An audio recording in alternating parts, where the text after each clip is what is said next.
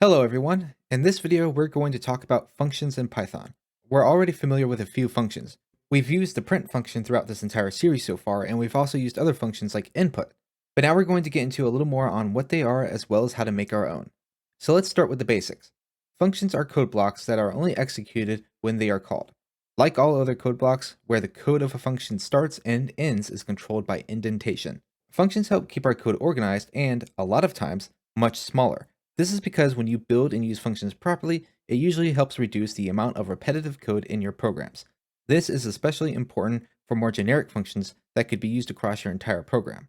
And functions aren't just useful for reducing repetitive code, it also helps improve code readability. Let's say you have a pretty sizable block of code somewhere, 30 lines, 40 lines, maybe larger than that. Even if pieces of that block or even the whole block itself is not used anywhere else, we could break it down into functions to make it easier to read. This is incredibly important because when it is difficult to read code, it is more difficult to debug issues when you find them, and it is even more difficult for developers new to the code to understand what is going on. So let's get into how to code a function. So to create a function, we need to start with a keyword, and that keyword is def, D-E-F, short for define. Now we need to name our function, and the rules for naming a function are pretty much the same as variables. They can have letters, they can have numbers, and they can have underscores. They have to start with an underscore or a letter. They cannot start with numbers. So we're just going to start simple, not make anything too complicated. So we're going to name this function say hello. So say underscore hello. Once we have our name, we now have to open a set of parentheses.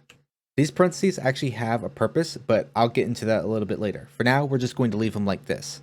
Then we end this line with a colon, and then we hit enter.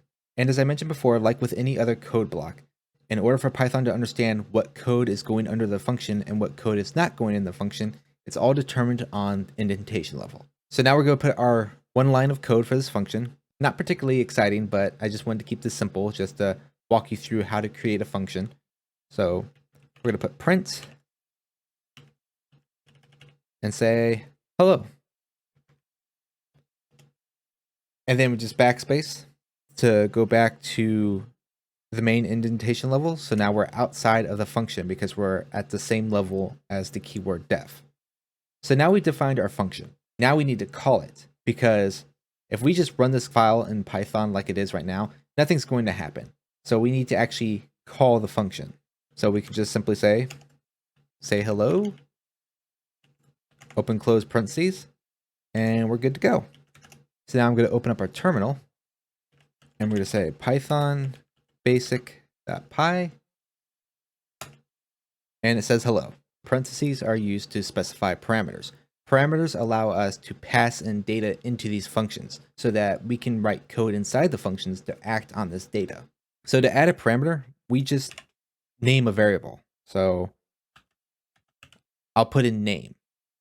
So that's our first parameter. We don't have to really specify anything. This is the only time where we can create a variable name and not actually assign it something. This is just our way of saying, hey, when we pass something into this function, it's going to be assigned to that name variable. And because we have that parameter, say hello now requires us to pass something into the function when we call it. So if I try to run it, you see we get an error because we didn't pass anything into the function. It was expecting an argument to be put in. So we're going to pass something in to say hello, but first let's modify our print message. So we're going to have it print out the variable name along with hello.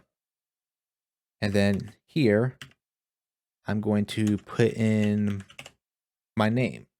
So now when we run it, it now says hello Crozo. And we can call this function as many times as we like, and we can pass in different things.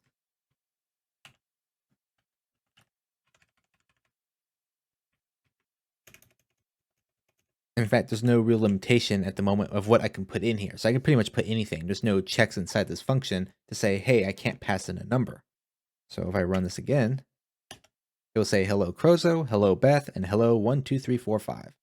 Now, while we don't necessarily have to assign a value to name inside this parameter here, we can give it a value. And this is referred to as a default parameter value. And how you do that is simply how you would assign any variable a value. We type in equals, and then give it a value. In this case, we're going to give it a string value of user. So what this means is now we can call say hello without actually having to pass anything in. Because it now has a default value of user, it won't yell at us for calling say hello without passing in a value.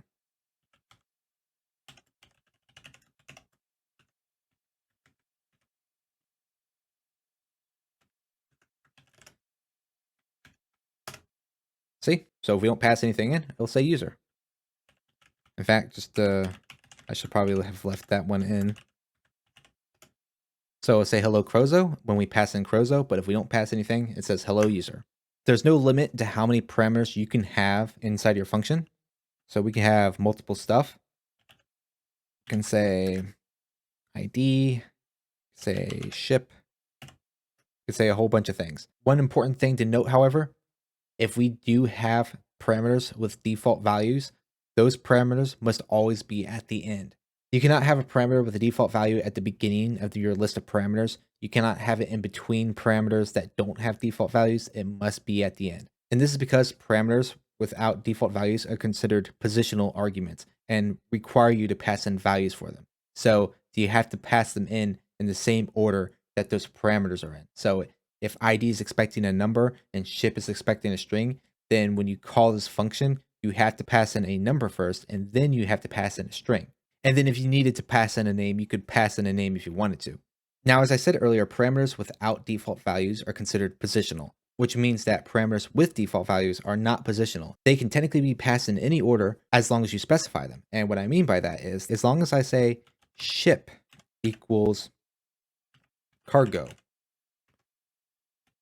ID equals 23456, and name equals Crozo, this is perfectly acceptable because we're specifying the actual parameter before we put in the value.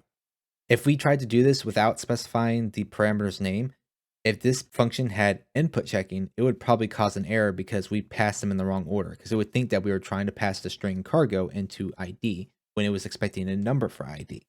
So before I run this, let me add some lines in here to print everything else out. So we'll say ID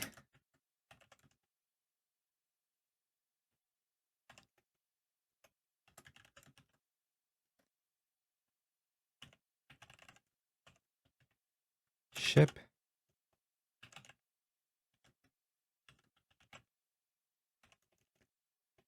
and then we'll also set that to blank so it just relies on the default values. And then if I run this, so it prints out the default values first, and then it prints out the one where I passed in some values of my own. So that's just one of many ways you can pass in variables. You can pass them in the same order and not specify the parameter names at all. Or if you want to specify the parameter names, then you can do it like I did here. So the reason you might want to do something like this is that maybe you have a function that takes in a whole bunch of arguments. Some of them are required, but a lot of them have like default parameters. And sometimes maybe you have to pass something into some of those default parameters, but not necessarily all of them. So you can specify them by name, and that way the others will be left at their default value, which means you won't have to basically pass in every single parameter every single time. You only need to really pass in the ones you actually need, which is why these are very useful. Now, one other thing to talk about functions is the return value. As you've seen from my previous videos, when we call functions, some of them return values back. And in order to do that in our functions, we have to use the keyword return. Now, by default, all functions that do not specify a return value of their own will always return none. So our function does technically return a value, but it will return the none type. So if we want it to return something different, then we need to specify something. So we're going to say return true. Just keep it nice and simple. But if we want to keep track of that return value for whatever reason, then we have to now set the say hello function to assign its return value to a variable. So that's what we're going to do here. This is also a perfect opportunity to show you that since we're returning a Boolean value, so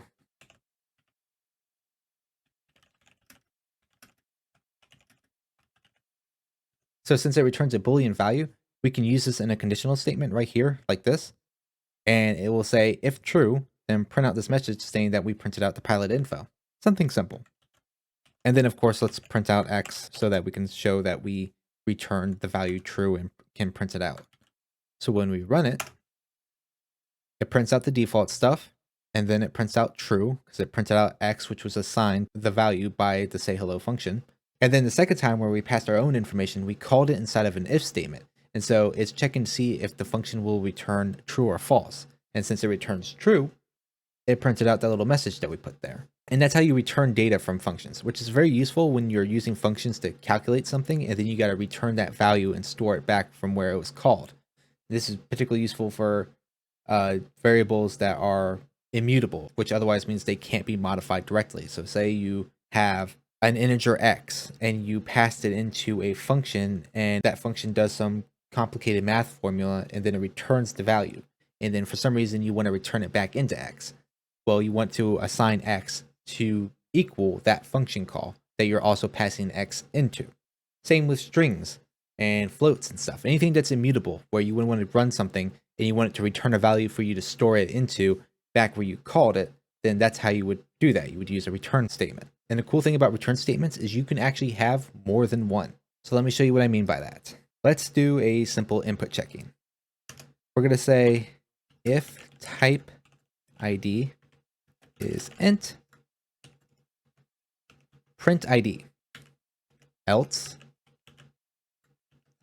return false. So now we have two return statements. If the ID ends up not being an integer, it will return false. So let's delete these two lines. We'll copy this, put a print statement in between so it's easier to see the two different entries. And then we're going to set this to 1, 2, 3. And then we're going to run it. And so for the first one, because we passed in the correct info and we didn't put a string in the ID parameter, it printed out just fine. But in this one, it only printed out the name because when it checked to see the ID, it saw that it wasn't an integer, so it returned false. And then because it returned false, the if statement that it called it did not print out this message. So this is particularly useful because there are times where you're going to have functions that need to return different pieces of data depending on the situation that happened when it was executing. So like if a function failed, it may want to return false or return none. If it succeeded, it may want to return true, or it may want to return the value that it succeeded on acquiring or calculating. So that's typically useful to have. So there you have it. You can have multiple return statements inside a function as well, which can be very useful depending on what it is you're trying to do. Another cool thing about return statements, you can actually return multiple pieces of data at once. And to do that, you simply add a comma followed by whatever other piece of data you want to add. In this case, let's return the name. And to keep things consistent, we'll add a second value here too. We'll say none. Now there were two ways to store the return data from a function when it's returning multiple pieces of data. The first way is we use a single variable,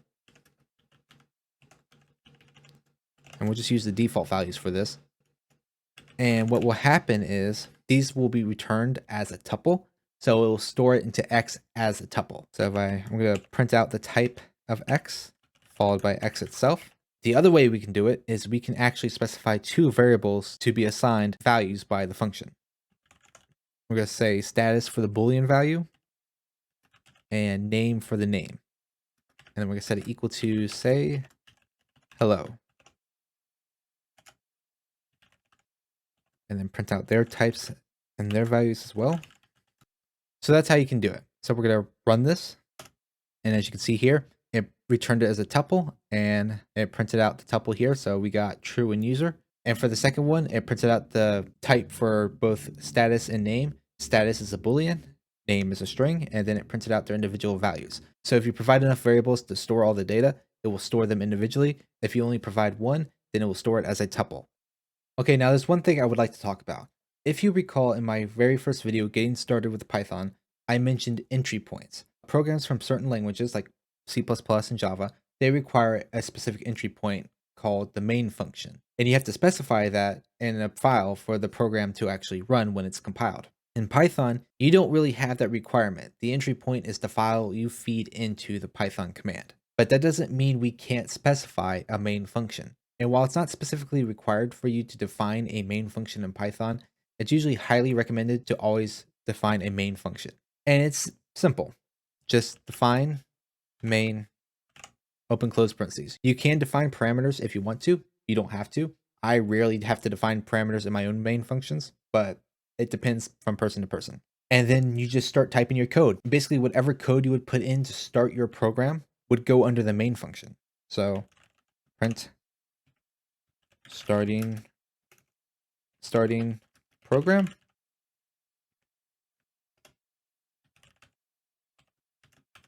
Hello, print ending program.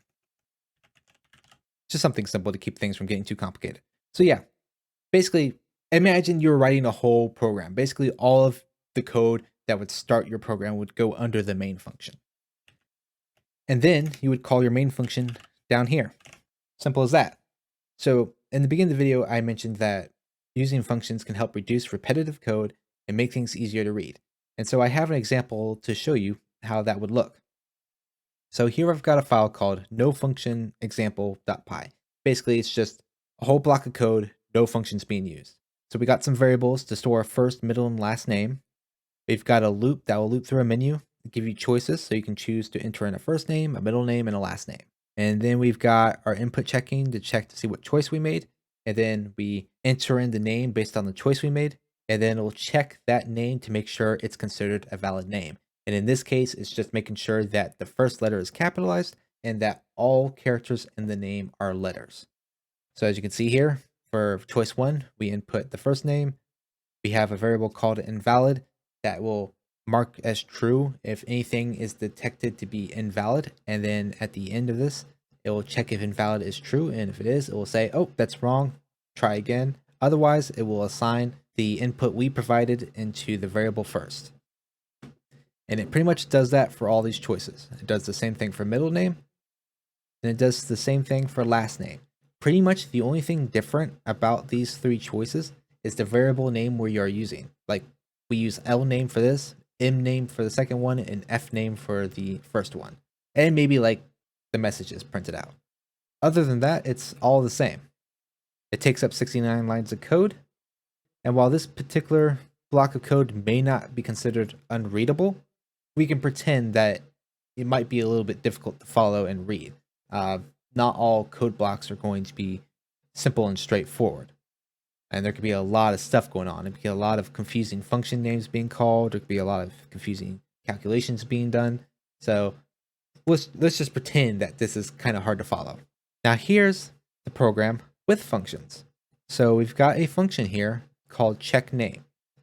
And you may have noticed that looks very similar to what all these choices are doing, except it's just acting on a parameter that we passed in called name. And so it applies the name and everything is very generic. It's not referring to anything as first name, middle name, or last name. It's just saying the name contains invalid characters. And we've got our Boolean value invalid set to false.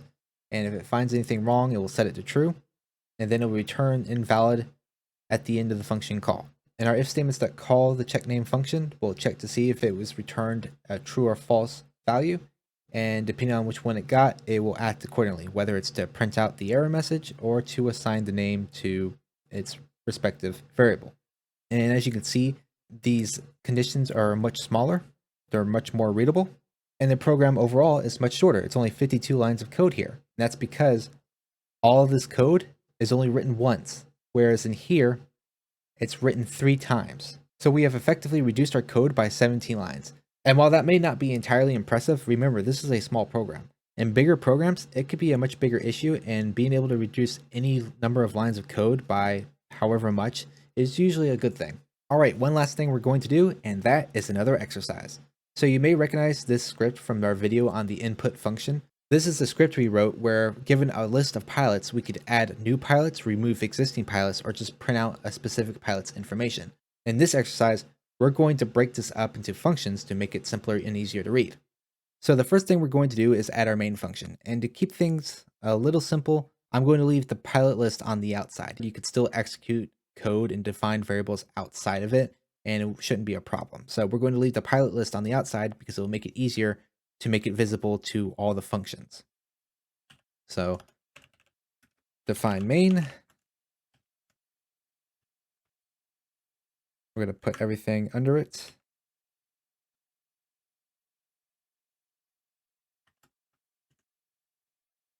And then we're going to define another function, show menu.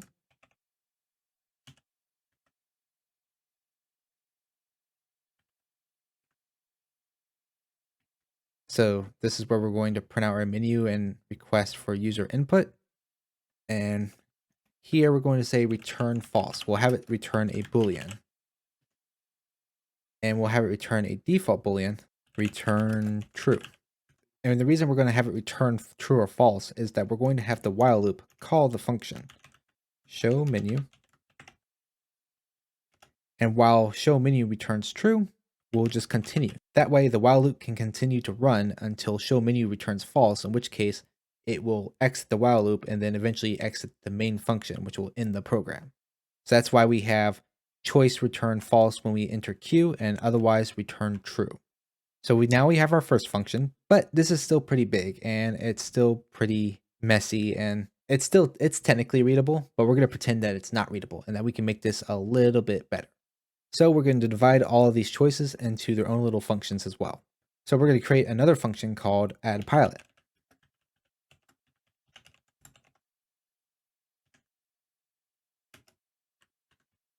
And then we're going to take the code that's in here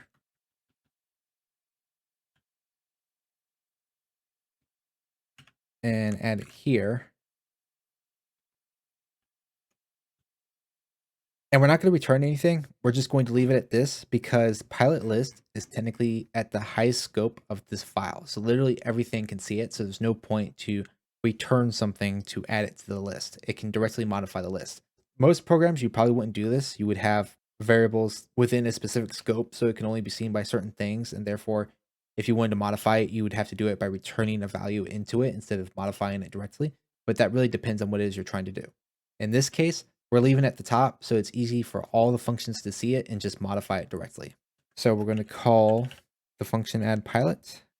Now let's create another function.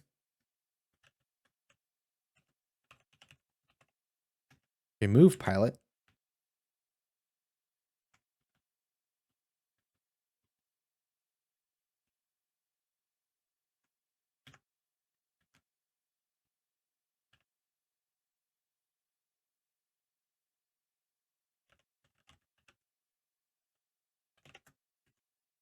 And now we have that. And then finally, print pilot info.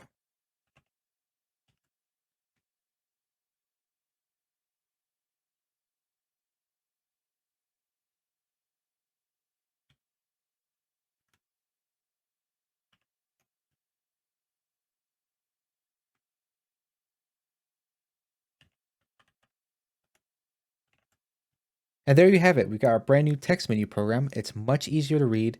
It's much more organized because everything is broken up into functions. We've got our main function here, which just has a while loop that continuously calls show menu. And as long as show menu returns true, it will just keep running. Once it returns false, which will only happen when we press the Q key to quit, it will basically break out of the while loop and then break out of the main function because that's the end of the function and then the program will end. And then our show menu, it will basically print our menu options, wait for us to put in a choice. And then if we enter in 1, 2, or 3, it will act accordingly, calling one of the functions, which will perform the operation that we requested. So we can either call add pilot, call remove pilot, and call print pilot. So the only thing left to do is at the bottom of our code, call main. So now we're going to run our program, Python text menu. So it's running through the loop just fine. It went to show menu function and it's printing out the menu for us to pick an option. Let's add a pilot. Prozo 1, 2, 3, 4, 5, 6. Ship type frigate. Ship name Eagle. And now we're going to pick option 2. Enter in a pilot ID 1, 2, 3, 4, 5, 6. And it doesn't print any feedback, but it deleted the pilot with 1, 2, 3, 4, 5, 6. And then we hit 3 to print out pilot information. 1, 2, 3, 4, 5, 6. And it prints out Crozo. And I can do that again. 2, 3, 4, 5, 6, 7. It's Beth. 3, 4, 5, 6, 7, 8. and that's Aaron. And then we hit Q to quit. And that's all there is to it.